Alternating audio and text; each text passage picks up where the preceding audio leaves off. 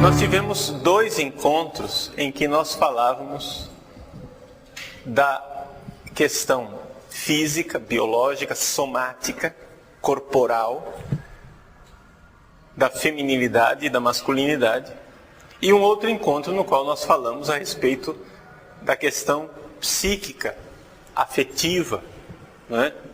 A realidade mais, digamos assim, da alma material, ou seja, aquela parte do nosso mundo interior que os animais também têm. Vocês sabem que os animais também têm um certo mundo interior, né? Você vê um cachorrinho dormindo, ele é capaz de sonhar, a gente vê que ele está sonhando, ele esperneia, reage, de repente acorda assustado, latindo, como se estivesse se defendendo de alguma coisa. A gente sabe que os animais também têm uma alma, mas é uma alma material, uma alma que se decompõe quando o animal morre. Nós gostaríamos de olhar agora para a parte mais espiritual, ou seja, para a nossa alma espiritual propriamente dita, para a parte imortal que está em nós. E o que é interessante, esta alma imortal, ela está ligada também ao nosso corpo, e por isso tem algo de masculino e algo de feminino. Vejam, eu não estou dizendo que a alma é masculina ou a alma é feminina, mas o que acontece é que a alma sozinha não existe. Existe a alma concreta de pessoas concretas, não é?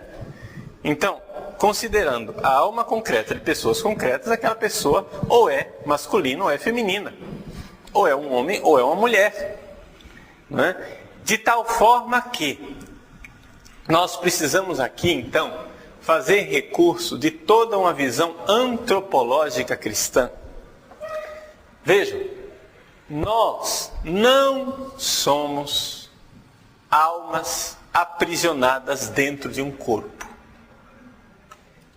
Se você acha que nós somos almas prisioneiras de um corpo, você tem uma visão errada de ser humano.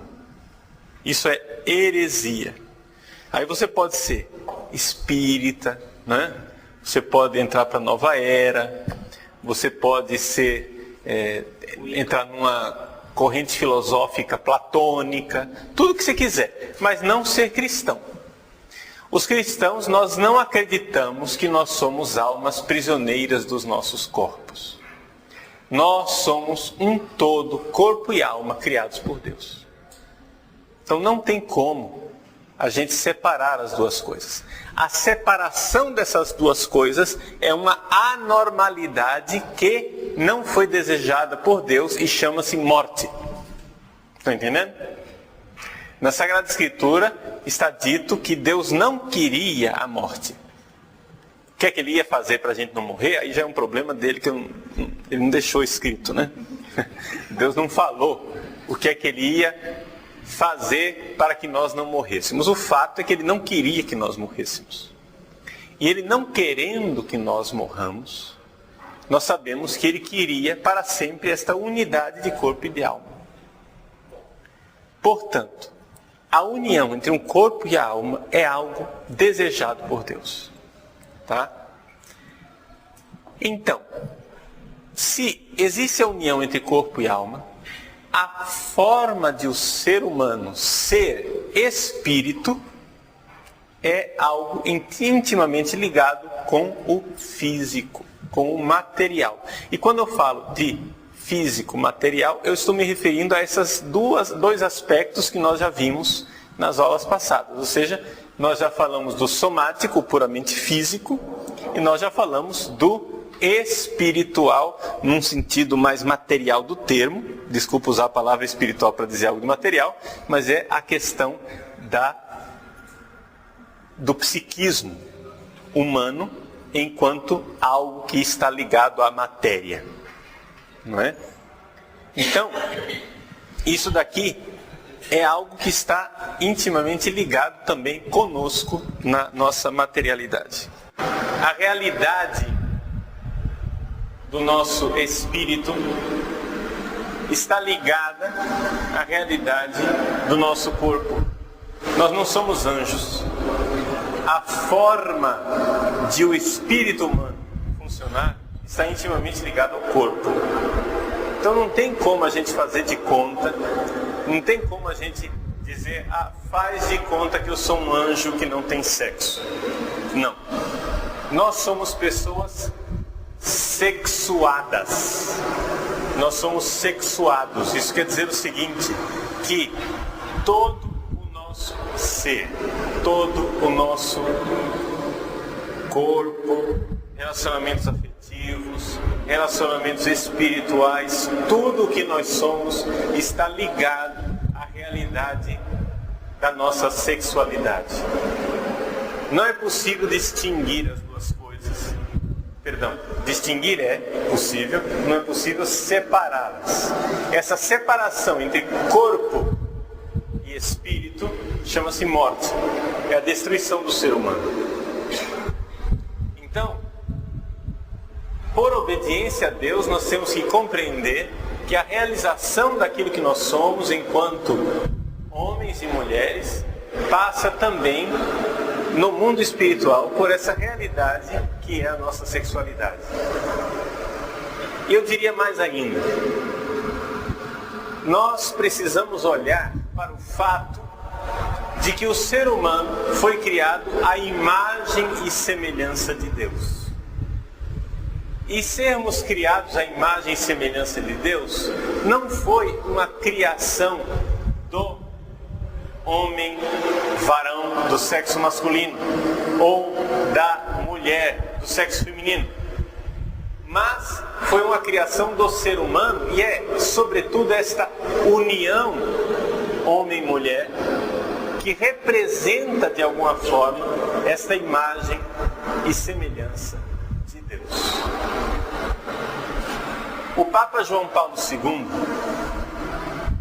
ele, no início do seu pontificado, em 1979, ele fez, o pontificado dele começou em 78, mas em 79 ele começou uma série de catequeses a respeito do relacionamento do ser humano com a sexualidade.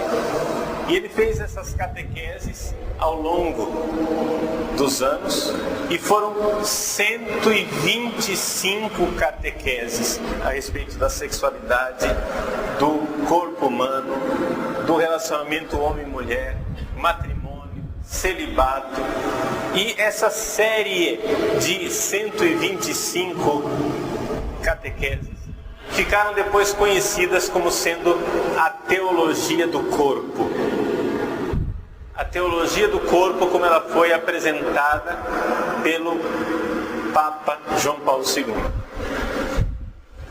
Essas catequeses duraram até 1984, recordando que no meio do caminho nós tivemos o atentado contra a vida dele em 1981. Então houve um longo período em que ele não pôde fazer essas catequeses.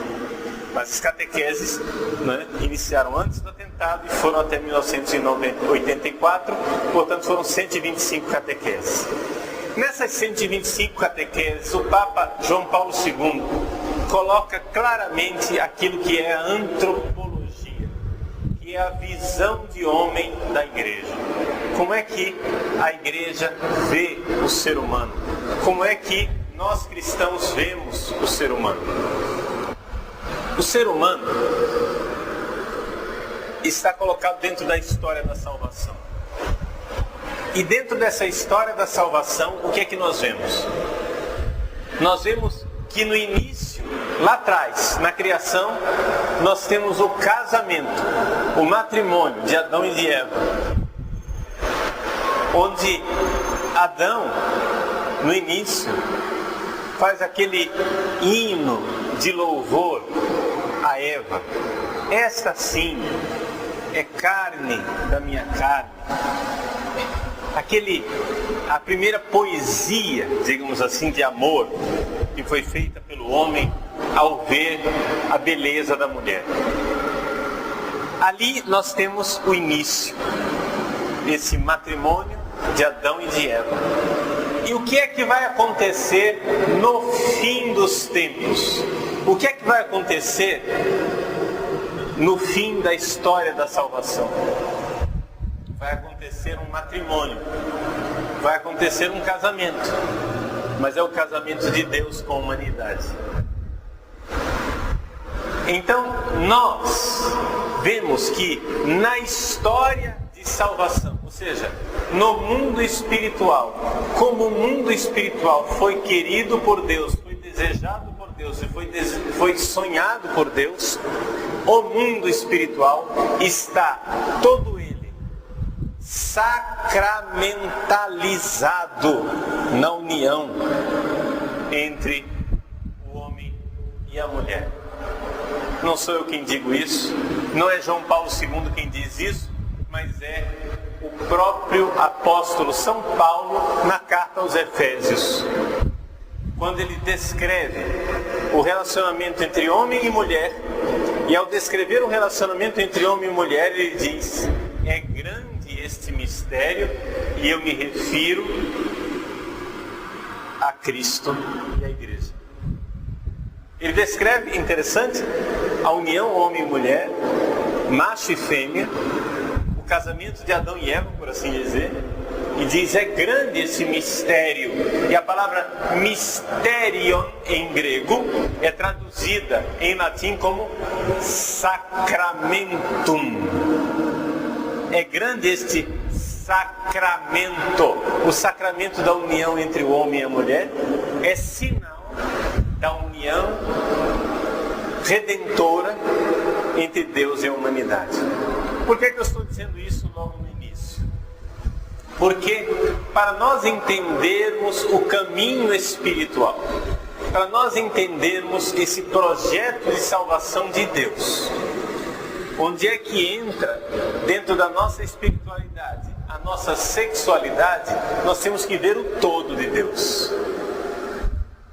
Que a sexualidade não é algo contrária a Deus, a sexualidade não é algo sujo, a sexualidade não é algo que a gente deve deixar fora do nosso mundo espiritual. Algumas pessoas pensam assim: não, agora eu vou rezar, meu corpo fique aqui fora, que quem vai rezar agora é a alma. Isso não existe. Não pode ser. Não pode acontecer verdadeira oração se você não tem esse relacionamento, não é? Corpo e alma. E se também dentro do seu relacionamento com Deus você não leva em consideração que você é uma pessoa sexuada. Portanto, eu não posso me relacionar com Deus sem considerar que eu sou homem do sexo masculino. Você não pode se relacionar com Deus sem considerar que você é mulher, sexo feminino. A gente não é um anjo que se relaciona com Deus abstratamente. Portanto, eu não posso dizer: meu corpo está aqui e Deus está aqui do outro lado, longe. Eu não posso dizer: o corpo está de um lado e Deus está lá do outro lado. Não, as duas coisas estão juntas. Por quê? Porque o meu corpo fala de Deus. E Deus fala da minha sexualidade também. Portanto, essa realidade que pode parecer muito estranha inicialmente, deve ser dita desde o início. Agora vamos tentar explicar isso, que eu até agora só anunciei, mas não falei realmente como é que funciona a coisa. Não é? Vejam só. O que é o mundo espiritual? Deus é amor. Portanto, o mundo espiritual, o mundo de nosso relacionamento com Deus, o nosso espírito, as nossas almas imortais foram feitas para amar e amar eternamente. Nós somos chamados por Deus. Estamos aqui nesse mundo, nessa vida passageira, e somos chamados por Deus a viver uma vida extraordinária, a vivermos um matrimônio extraordinário, uma união maravilhosa com Deus no céu, em que nós iremos participar da vida intratrinitária. Nós vamos participar do amor de Deus no céu. Nós estaremos casados, nós estaremos unidos de forma extraordinária ao Deus amor lá no céu. Esta é a finalidade de toda a vida espiritual. A finalidade de toda a vida espiritual é um matrimônio. Não somente a finalidade da vida espiritual, a finalidade do mundo é um matrimônio. A finalidade da existência da história é um matrimônio. É uma união entre Deus e a humanidade.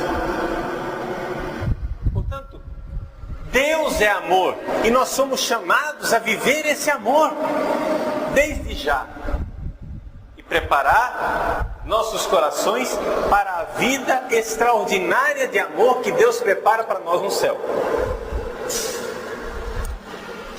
Ora, como é que nós amamos? Como é que nós, seres humanos, somos capazes de amar? A primeira coisa que nós temos que dizer e admitir é que os animais não amam. Portanto, atenção.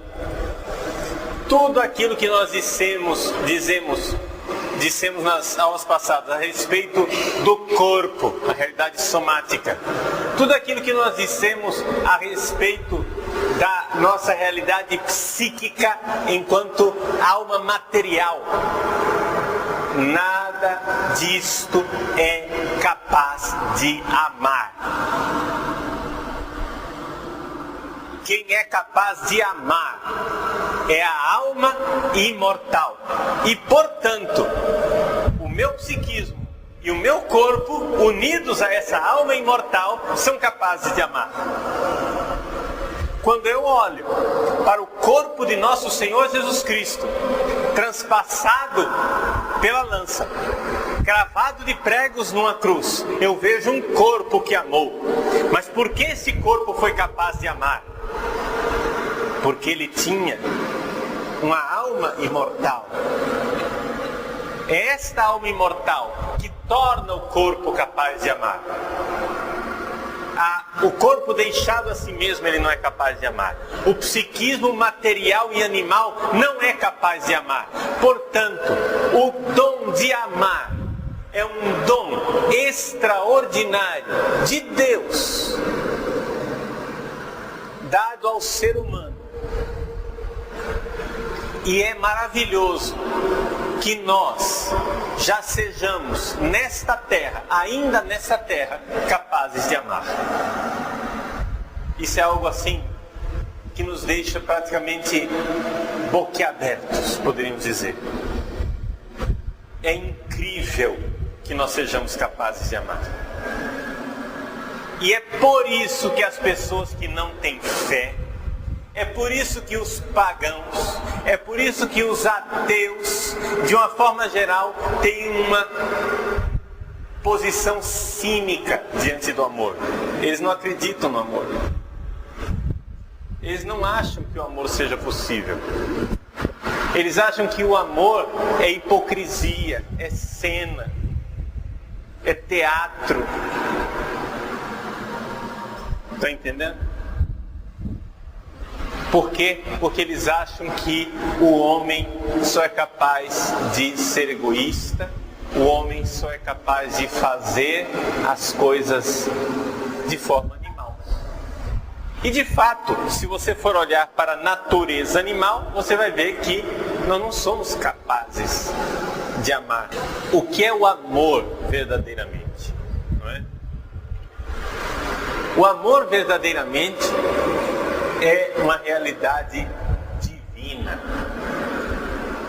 O amor é esta entrega de si, em que eu me despojo de mim mesmo, em que eu esqueço de mim para me entregar e para dar a vida ao outro. Isto é algo que somente Deus é capaz de fazer, e nós somos capazes de fazer se recebemos a graça e o dom de Deus. Nós não somos capazes de amar se não abrirmos o nosso coração para a realidade espiritual.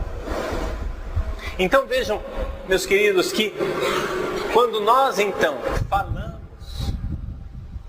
de vida espiritual, muita gente pensa que vida espiritual é o quê? Arroubos místicos somente. Vida espiritual significa fazer adoração ao Santíssimo. Vida espiritual significa rezar o terço, significa comungar, significa fazer jejum. Sim, tudo isso é vida espiritual. Mas nada disso é vida espiritual se estas coisas todas não estiverem referidas ao amor. Se você reza o terço e o seu coração não é um coração que está aberto ao amor para amar, o que você faz é hipocrisia, não é vida espiritual verdadeira. A vida espiritual verdadeira é uma vida que nos coloca dentro da vida de Deus, e Deus é amor. Portanto, amar não é um detalhe da nossa vida espiritual. Ou seja, quando um eremita, quando um monge cartucho se fecha dentro de um mosteiro, não sei se vocês sabem como é que é a vocação dos monges cartuchos. Os cartuchos, eles vivem uma vida semi-eremítica, quer dizer o seguinte, eles têm uma cela, quer dizer, um pequeno apartamento, diríamos assim, um pequeno quarto, apartamentozinho, uma espécie de kitnet, né? Com um jardinzinho próprio, onde ele pode ali cultivar seu jardim, cuidar da sua vida. Eles se reúnem para a missa comum, para cantar algumas horas do ofício, fazem voto de silêncio o tempo todo e vivem sozinhos, fechados dentro das suas celas. Depois alguém passa, né? Um dos irmãos que é responsável da cozinha passa e coloca o prato numa gaveta, e a pessoa passa o dia sozinho, é eremita. Uma vez por mês eles têm um passeio em que eles podem falar, eles falam uma vez por mês, e assim eles vivem a vida deles de oração. Eles rezam os 150 salmos todos os dias. Nós, padres diocesanos, rezamos 150 salmos todos os meses. Eles fazem 30 vezes mais, ou seja, todos os dias, né? Eles rezam os 150 salmos. Muito bem. Essa vida espiritual desse cartucho, se ela não for uma vida espiritual voltada para o amor e para o amor trinitário, o amor de Deus, ela não é nada. Estão entendendo? E eles estão lá porque nos amam. Aqui no Brasil só tem uma cartucha, em Santa Maria, Rio Grande do Sul. Está escrito lá na porta da cartucha: não nos visite, estamos rezando por você. Eles não estão querendo receber visita, eles estão rezando, a vida deles é séria. Eles não fazem propaganda vocacional, pouca gente sabe que eles existem, né? E é uma vocação muito específica dentro da igreja, não é todo mundo que tem essa vocação. Mas eu estou dizendo essa vocação radical, isolada, fechada dentro de uma cela, para que você entenda que mesmo sendo um eremita, aqueles homens que vivem uma vida semi-eremítica são verdadeiras usinas atômicas de amor. São verdadeiros radiadores atômicos de amor. Eles estão lá porque amam, porque se não for por amor, ninguém aguenta uma vida dessas. Se não é por amor, aquela vida não existe, não tem sentido, ninguém aguenta, enlouquece. Eles não são sozinhos, porque não existe solidão para quem entrega a sua vida por amor e pela salvação dos outros.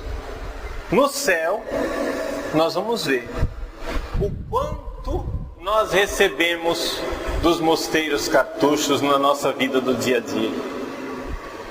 Se nós hoje estamos aqui, é porque aqueles homens estão lá, rezando por nós. Nós cremos nisso? Então, é importante nós compreendermos o que é a vida espiritual. A vida espiritual é uma vida de amor.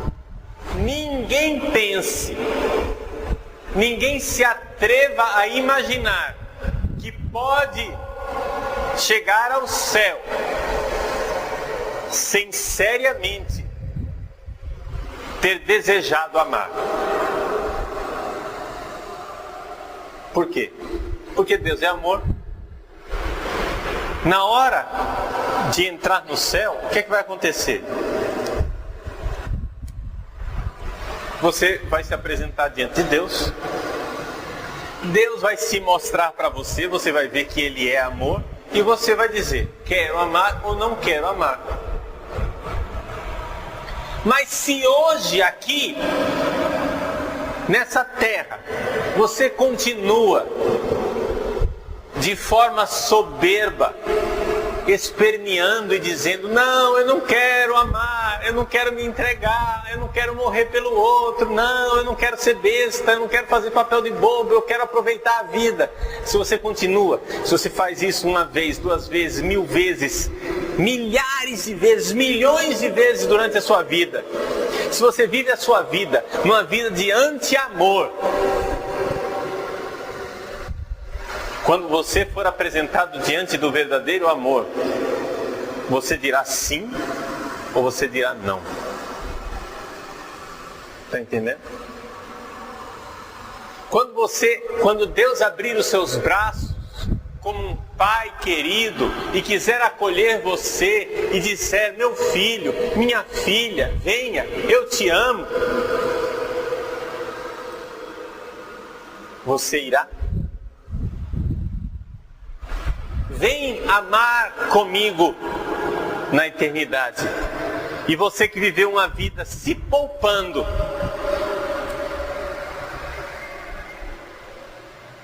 vai correr para os braços dele? Gente, quem não ama já vive o inferno aqui na terra. Não precisa nem esperar o inferno lá. Vai ter inferno lá também, mas já vive um pedaço dele aqui. Eu atendi outro dia um rapaz em crise, né? Já tem uma vida profissional e pensando, não, porque o meu chefe lá no departamento, que ele é funcionário público, né? Não, porque o meu chefe não me dá atenção, só dá atenção mais para os outros e não sei o que, eu vou sair, eu vou pedir as contas, eu vou procurar um outro lugar, e isso e aquilo. E sabe aquelas... É uma criança crescida, uma criança barbada, entendeu? O cara já devia ser adulto e no entanto é infantil, porque ele acha que ele é o centro do mundo e que o mundo deveria viver para cuidar dele, pobrezinho, coitadinho, porque ele, afinal das contas, é a coisa mais linda que já passou na face dessa terra. A gente vê o inferno que ele vive. Eu falei para ele: meu filho, quanto tempo vai levar para você descobrir o que é a vida verdadeira? Que esta vida só tem sentido se ela for dada, se ela for entregue, se ela for doada. Quanto tempo vai levar para você enxergar o que é verdadeiramente ser um ser humano? Ser humano é amar. Ser humano é ser para os outros, é se entregar, é ser capaz de morrer para que o outro seja. Mas se você vive: não, eu quero ser feliz, eu quero meu lugar, eu quero ser especial, eu quero não sei o quê. Se você vive buscando, né, seus lugares especiais, o que vai acontecer? Você vai viver no inferno já aqui na terra. Quando Deus abrir os braços lá no céu para você e disser: vem amar comigo na eternidade, e você vir o que é o amor, amor é entrega. Quando você olhar e vir que o amor de Deus é essa entrega da cruz, você vai dizer: não, isso aí eu não quero. Vai virar as costas e vai embora. E vai virar as costas para a felicidade eterna, para a maravilha do céu. Agora, nós precisamos já aqui nessa terra, já aqui nesse mundo, preparar o nosso caminho de céu. Precisamos amar já aqui se nós queremos ser gente. Um ser humano é uma tarefa. Um ser humano é uma missão. Você não nasce gente. Algumas pessoas vão dizer: ah, padre, mas se o senhor chega e diz que a gente não nasce como um ser humano, que a gente se torna um ser humano, o senhor está justificando o aborto, porque lá no ventre da mãe ele ainda não é humano. E você pode cair no chão, na grama, e não levanta mais, porque é um jumento de 4 patas, porque não está entendendo nada do que eu estou dizendo. Por quê? Porque existem formas de ser. Filosoficamente falando, existem formas de ser. Ou seja, as coisas já são, mas ainda não são em plenitude. As coisas podem ser em potência. Uma flor em botão ainda não é a flor que desabrochou. Uma flor em botão é uma tarefa. Ela já é flor, mas ela ainda não é uma flor. Está entendendo? Qualquer um entende que existem níveis de ser.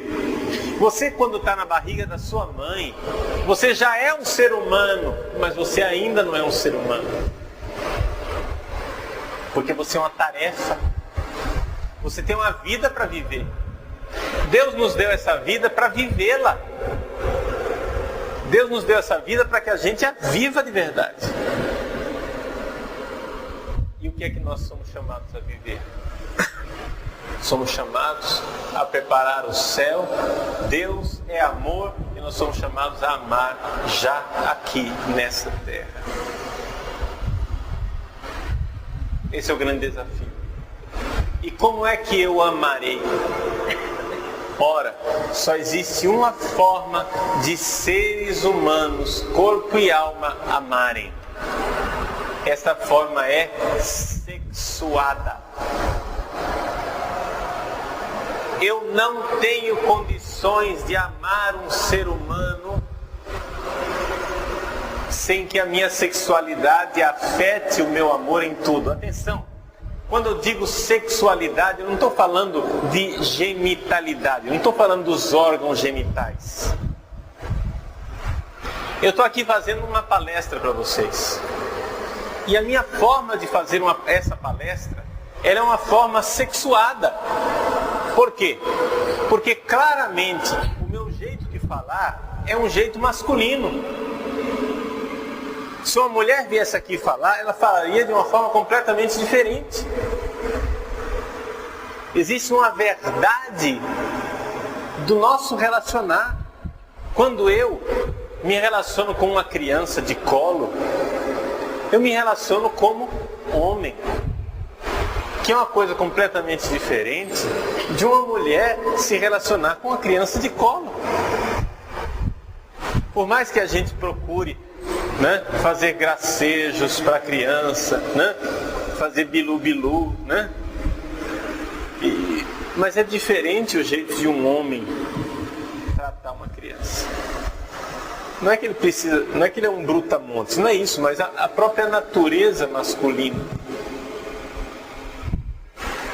A mulher, quando Deus fez a mulher, fez para ela ser esse lugar acolhedor. A mulher é sinônimo de acolhida, em todos os sentidos. Ela primeiro é o útero que acolhe, mas depois é o colo que acolhe. Por mais que um homem queira, ele nunca vai ser acolhedor como uma mulher. Porque existe uma certa rigidez no corpo masculino que impede que ele seja este regaço acolhedor que é a mulher. Entende? Quer queira, quer não, vamos ser bem objetivos, né? A mulher, ela é mais macia. O excesso de músculos no homem, ou excesso de ossos, como é o meu caso, torna, né, pouco acolhedor o meu abraço para uma criança. Embora a criança precise, seja do afeto masculino, seja do afeto feminino. Mas eu estou dizendo isso porque a nossa forma de amar é sexuada. A forma de amar é sexuada. Por exemplo, tem um Carmelo, onde a madre faleceu há pouco tempo. E essa madre, embora não saísse da clausura, embora estivesse dentro das grades do Carmelo a vida inteira, ela exercia uma maternidade espiritual em toda aquela região. E às vezes também fora daquela região, em outros estados do Brasil, padres, bispos, leigos, catequistas, tanta gente ia procurá-la. Ela era mãe. Mesmo atrás das grades, mesmo usando o hábito severo das carmelitas, mesmo sem poder dar um abraço, ela era mãe acolhedora. Por quê? Porque a forma de amar daquela mulher era sexuada. A gente chama ela de madre, mãe. Está entendendo? Então, a nossa vida espiritual é uma aventura de amor. É um caminho que nos desafia para o amor. Como é que a gente chega lá? Aí calma, não vamos pôr o carro na frente dos bois. Vamos por partes. Mas é importante, em primeiro lugar, nós entendermos que aqui, finalmente, nós chegamos no centro daquilo que nós queríamos nessa nossa formação. É por isso que não vai ser uma palestra sobre a vida espiritual do homem e da mulher. Não, vão ser inúmeras palestras. Eu não sei ainda quantas serão, porque eu tenho que dividir um pouco a matéria, porque é muita coisa. Mas nós precisamos ver a realidade espiritual do homem e da mulher, para que o homem e a mulher, sendo autênticos e verdadeiros na sua própria identidade, eles realizem a sua missão de amar. Por que é que nós iniciamos esse grupo? Esse grupo nasceu de um anseio de algumas mulheres que vieram pedindo ajuda para conhecerem aquilo que é a doutrina da igreja e a verdade revelada de Deus a respeito da mulher. O que é ser uma mulher autêntica, verdadeira? É isso que nós estamos querendo buscar com essas nossas palestras. Agora é evidente que para entendermos o que é uma mulher verdadeira, nós temos também que entender o que é um homem verdadeiro. Porque uma coisa puxa a outra. E é por isso que essas palestras servem também para os rapazes. Porque a gente sempre deve falar uma coisa em contraposição à outra, para que a gente saiba o específico de cada um. Mas nós, então aqui já começamos a enxergar o caminho. O caminho é o amor. Deus nos fez homem e mulher. Por quê? Porque Ele nos fez para amar. Ninguém de nós foi criado para o egoísmo. Você vai dizer, mas padre, só é possível amar entre homem e mulher? Só é possível que haja amor entre homem e mulher? Não, não é isso. Claro que existe amor também entre pessoas do mesmo sexo. Só que Deus quis que esta verdade do amor estivesse inscrita nos nossos corpos. E ela está inscrita nos nossos corpos no fato de que o homem foi feito para a mulher e a mulher foi feita para o homem. Este matrimônio de Adão e Eva, que está lá atrás na criação, é um sinal que aponta para o destino espiritual da humanidade, que é o matrimônio final entre nós e Deus. Isto está escrito no corpo, está escrito na carne do homem e da mulher. Me desculpe, mas não está escrito na forma como eu me relaciono, por exemplo, com um outro homem, mesmo que seja meu filho espiritual. Se está escrito isso, está escrito no sentido que, assim como eu amo meu filho espiritual, eu amaria também meu filho biológico. Então aí já se remete ao matrimônio outra vez, você entende? Como as coisas voltam lá no início, voltam em Adão e Eva. Então, existe esta realidade a qual todos nós somos chamados. Existe esta realidade que está escrita nos nossos corpos. Portanto, querer agora igualar homem e mulher, abolir as diferenças entre homem e mulher, é uma rebeldia contra esta beleza do amor. Porque o amor precisa ser o amor do diferente. Eu não posso amar a minha imagem no espelho. Isso é narcisismo. Então Deus foi e inscreveu a diferença entre o homem e a mulher, para que exatamente o homem e a mulher fossem auxílio um contra o outro. Nós já vimos isso na palestra passada. Quem não teve nas outras palestras, né, faz favor de ouvir. Quando Deus criou o homem e a mulher, disse assim, não é bom que quando Deus criou o homem, disse, não é bom que o homem esteja só. Vamos criar um auxílio contra ele. Na Bíblia está escrito lá, né? Na nossa tradução, um auxílio que esteja ao seu lado. Você vai dizer, padre, mas essa aí é a tradução que está na Bíblia da CNBB, mas é também a tradução que está lá na Vulgata, que é o texto oficial da Igreja Católica, é também a tradução que está lá na tradução dos 70. tradução grega, sim. Porém, a Igreja Católica já declarou que o texto inspirado é o texto original quando ele existe. Então nós temos que ir lá no texto original. No original é hebraico. E o original hebraico diz um auxílio contra. É uma nuance interessante.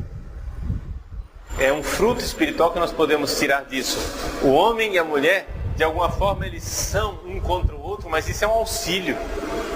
A diferença auxilia. E quando a gente quer igualar, quando na sociedade atual nós queremos feminilizar os homens e masculinizar as mulheres, nós estamos indo contra a vontade de Deus, estamos tirando aquela diferença específica da forma de amar que Deus criou.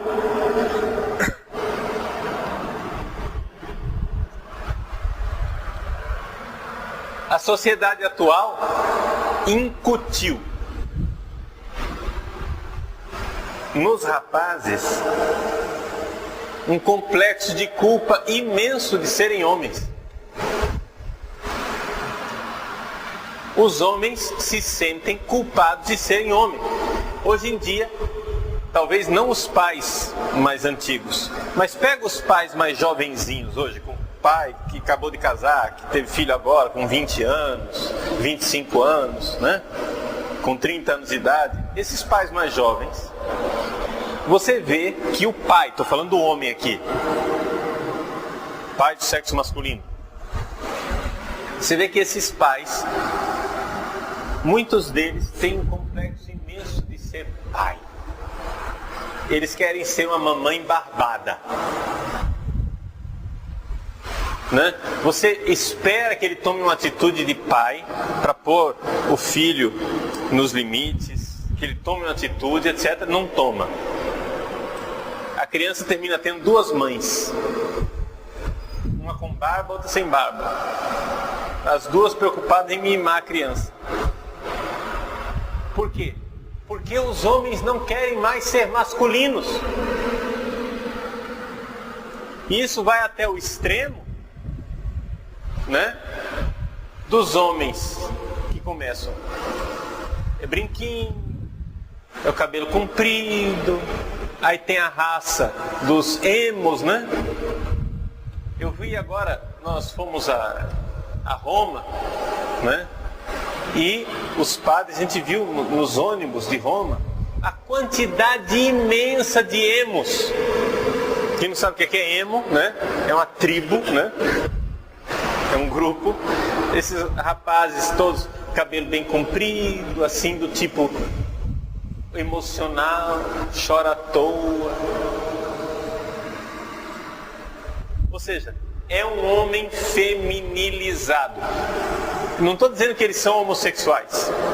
Não são necessariamente homossexuais. Mas são homens que perderam a fibra masculina. São homens feminilizados. Então, a geração de rapazes que não quer ser homem. E as mulheres? E as mulheres que não querem ser mulher. Por quê? Porque o feminismo radical tem feito com que a mulher seja a sua maior inimiga. Tudo aquilo que torna a mulher feminina, delicada, frágil, é tido como inimigo da mulher. Então, a mulher não pode ser frágil. A mulher tem que ser dura. Vai se masculinizando cada vez mais. A mulher não pode ser emocional. Tem que ser fria, calculista. Tem que pensar na carreira. Só tem que pensar no trabalho. Só tem que pensar em produzir. Só tem que pensar em sucesso. Tem que pensar em ser mais do que os homens. E assim vai. E assim nós vamos destruindo o projeto de Deus. A feminilização do homem e a masculinização da mulher. Ora, Se o projeto espiritual de Deus é que nós aprendamos a amar, o nosso jeito de amar precisa seguir a nossa natureza específica. Nós precisamos ser homens masculinos e mulheres femininas, onde o homem saiba acolher, amar e prestigiar aquilo que é tipicamente feminino, e a mulher saiba acolher, amar e prestigiar aquilo que é tipicamente masculino. Mas nós precisamos encontrar essa verdade a respeito de nós mesmos, porque senão a nossa forma de amar fica comprometida. E, portanto, o nosso caminho de desenvolvimento, o caminho em que eu deixarei de ser uma flor em botão e serei uma flor que desabrochou, que realmente, deu aquilo que realizou o seu projeto, para que eu seja uma árvore que finalmente dá fruto.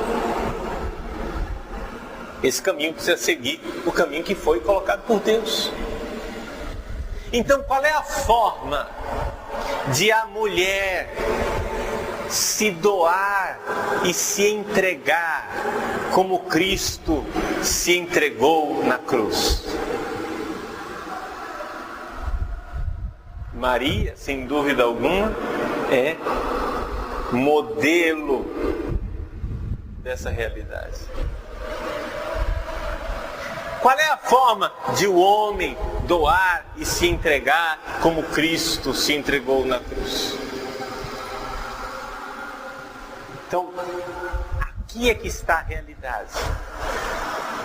De tal forma que, quando nós falarmos de sexualidade, quando nós falarmos do sexo, nós temos que ver que o sexo é uma forma de nós, já aqui na Terra, participarmos daquele amor perfeito de Deus, que é sempre, sempre, atenção, o amor de Deus é sempre livre, total, fecundo. Nossa forma de amar tem que ser um amor que se entrega livremente. Tem que ser um amor que se entrega totalmente. Tem que ser um amor que nesta entrega fecunda alguma coisa. Tem algum fruto espiritual nisso tudo, ou um fruto específico que chama uma criança. Tudo isso. Então, esse é o projeto espiritual que está aí dentro dos nossos olhos. Tá? Aqui, essa palestra, eu sei que ela ficou um pouco em termos genéricos e gerais. Mas é que, de fato, ela é uma palestra introdutória de todo mundo espiritual que nós precisamos enfrentar, abordar nas próximas semanas. Como é que nós podemos amar muito concretamente? Como é que a gente descobre o caminho do amor? O amor que é dom de Deus, mas que está já inscrito em nós, na nossa sexualidade, no fato de nós sermos homens, no fato de nós sermos mulheres. Como é que isso vai nos levar para o céu?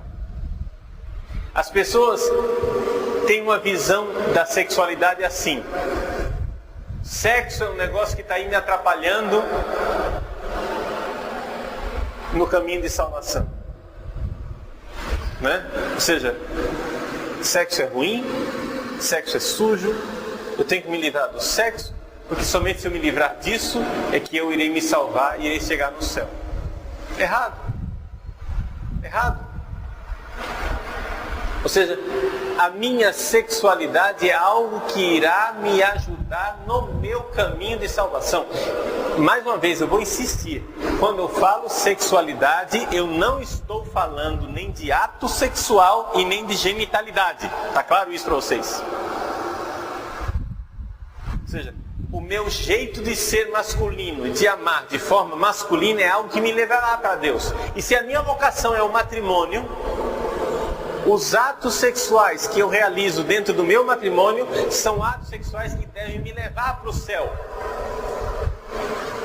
Não é que eu vou chegar no céu apesar de ter feito sexo.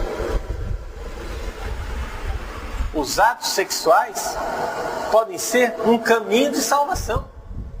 Mas como que pode ser isso, padre? Calma, cenas dos próximos capítulos. Né? Mas é importante a gente entender isso. Que o amor entre um homem e uma mulher tem que ser esse sacramento do amor entre Deus e a humanidade. Então, quando um ato sexual consegue ser um sinal desse tipo de amor, livre, total, fecundo, que é o amor de Deus, então esse ato sexual entre o homem e a mulher é algo que me leva para junto de Deus, é algo que me conduz nesse caminho. Agora, infelizmente, o mundo, não é? Como ele está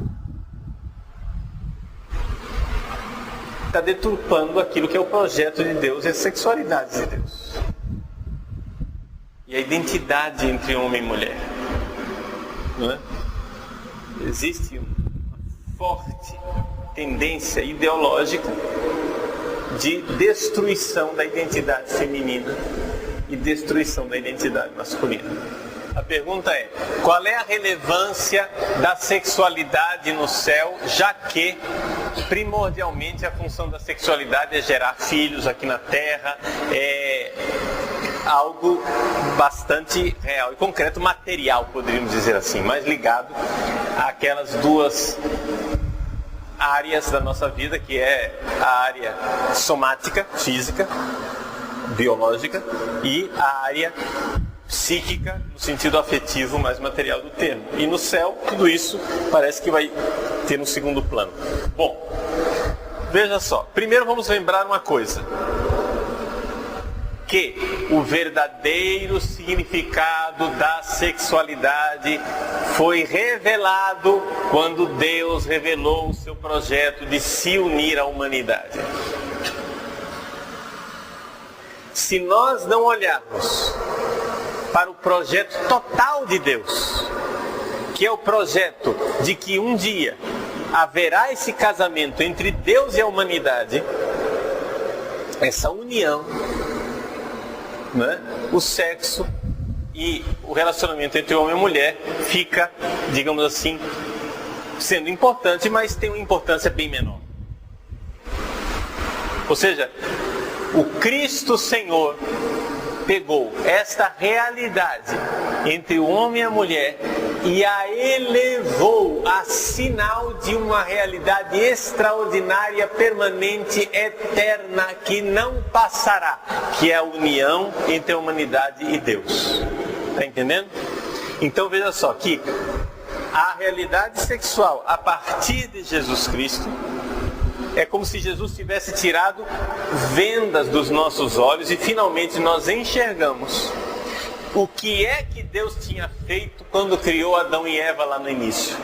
Quando Deus criou Adão e Eva lá no início, Ele já criou o homem e a mulher um para o outro, para que eles fossem permanentemente, ao longo desta história da humanidade, um sinal que aponta para a realidade mística do céu, de nossa união com Deus.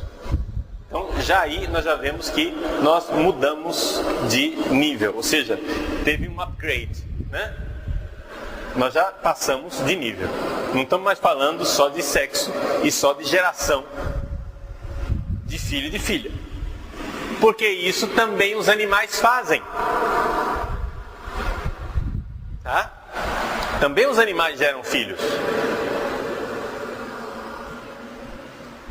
Número 1. Então isso. Número 2. Isto deve ser visto também debaixo da luz da ressurreição.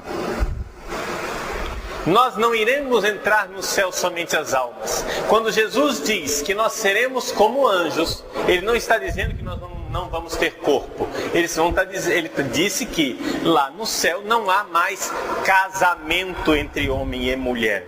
Porque o casamento, que é a unidade, a união entre a humanidade e Deus, já aconteceu. Ou seja, aconteceu um casamento muito melhor do que esse. Tá?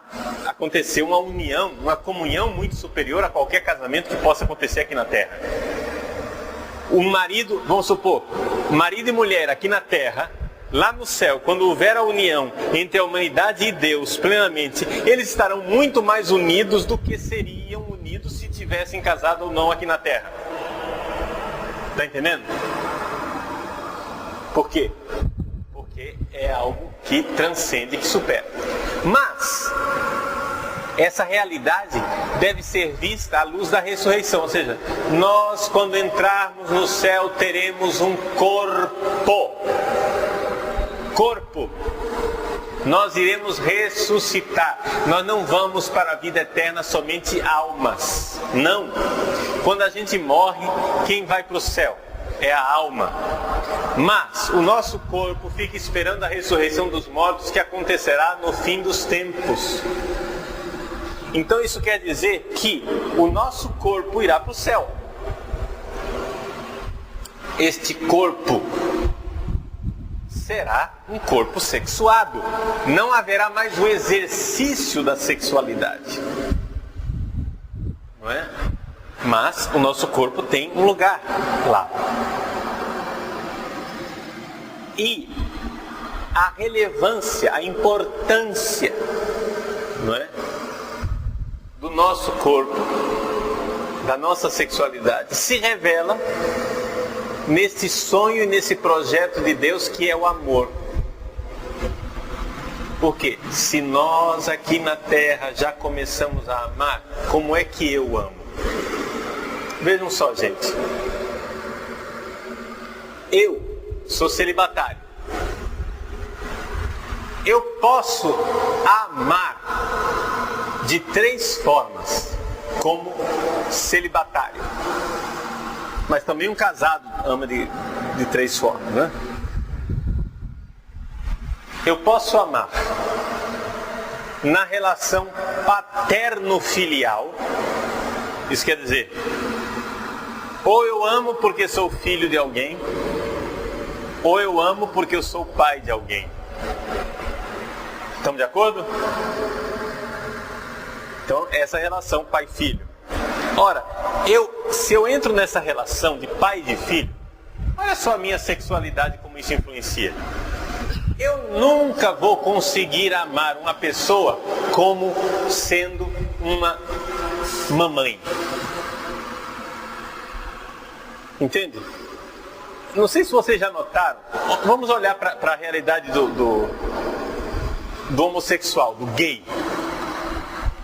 Vocês já notaram que os homossexuais não são capazes de ser mulher? Eles só são capazes de ser caricatura de mulher. Já notaram isso? A mulher é uma coisa serena, tranquila. O homossexual é uma coisa espalhafatosa. É ou não é verdade? Você vê claramente que uma coisa é ser uma mulher, outra coisa é ser um gay. Por quê? Porque aquela criatura, embora ele seja homossexual, embora ele possa estar vestido de mulher, embora ele tenha feito operação para mudar o sexo 500 vezes, embora ele tenha colocado silicone, feito o que quiser, depilação, tomou hormônio, mudou a voz, tudo o que quiser, ele é homem na mais profunda realidade do seu ser. Ele jamais deixará de ser homem. E o que ele está fazendo é algo que vai contra o ser dele e, portanto, ele jamais conseguirá ser mulher. Ele só consegue ser caricatura de mulher. Está entendendo? Porque o jeito de amar, eu só vou conseguir amar sendo pai. E quando eu amar sendo filho, se eu sou filho de uma mulher, eu vou amar sendo filho de uma mulher. O relacionamento de um filho com a mãe é completamente diferente do relacionamento de uma filha com a mãe. É ou não é verdade? Vai dizer que não é um relacionamento sexuado. Entendeu? O menino se relaciona com a mãe de uma forma diferente que a menina se relaciona com a mãe. E o menino se relaciona com o pai de um jeito diferente que a menina se relaciona com o pai. É ou não é? Então, primeira forma de amar. Segunda forma de amar. Eu posso amar como irmão. Mas também aqui é sexuado. Porque uma coisa é eu me relacionar com o meu irmão, outra coisa é me relacionar com a minha irmã. Não é diferente?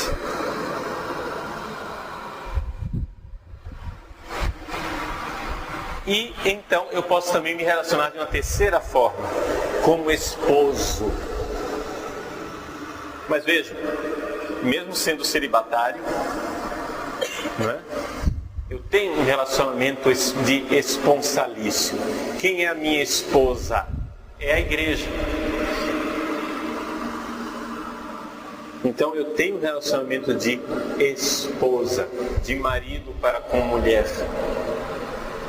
Mas será sempre algo sexual, porque eu sempre serei marido. Está entendendo? Não tem como fugir disso. Por que é que, por exemplo, quando as religiosas falam da vida espiritual delas, para elas é tão importante essa realidade de ser esposa de Cristo? Mas se você for pegar entre os homens, esse negócio não cola. Entendeu? Alma, esposa, o negócio assim não funciona. Por quê? Porque o nosso relacionamento é sexuado. Veja, até mesmo o relacionamento de vocês, mulheres, com Jesus, que é do sexo masculino, é diferente do relacionamento meu, homem, com Jesus, que é do sexo masculino. O nosso relacionamento é sexuado, quer a gente queira, quer não. Eu não estou dizendo que ninguém de nós, pelo amor de Deus, ninguém imagina ato sexual com Jesus, né? Isso seria uma blasfêmia horrível. Seria um sacrilégio, uma coisa impensável. Algo que está longe. Mas o nosso relacionamento com Jesus é sempre o relacionamento de um homem com outro homem, ou de uma mulher com um homem. Você vem me dizer que São Pedro se relacionava com Jesus da mesma forma que Maria Madalena se relacionava com Jesus? Não era o mesmo relacionamento. Por quê? Porque os nossos relacionamentos são sexuados. Então isso é a questão da verdade a respeito de nós, que nós não podemos fugir. E isso está marcado no nosso ser, na verdade do nosso ser. Portanto, nossos corpos não são realidades descartáveis, mas são realidades que nós devemos olhar a partir da meta final, que é o sonho de Deus para nós, que é a nossa ressurreição no céu, onde haverá o casamento da humanidade com Deus.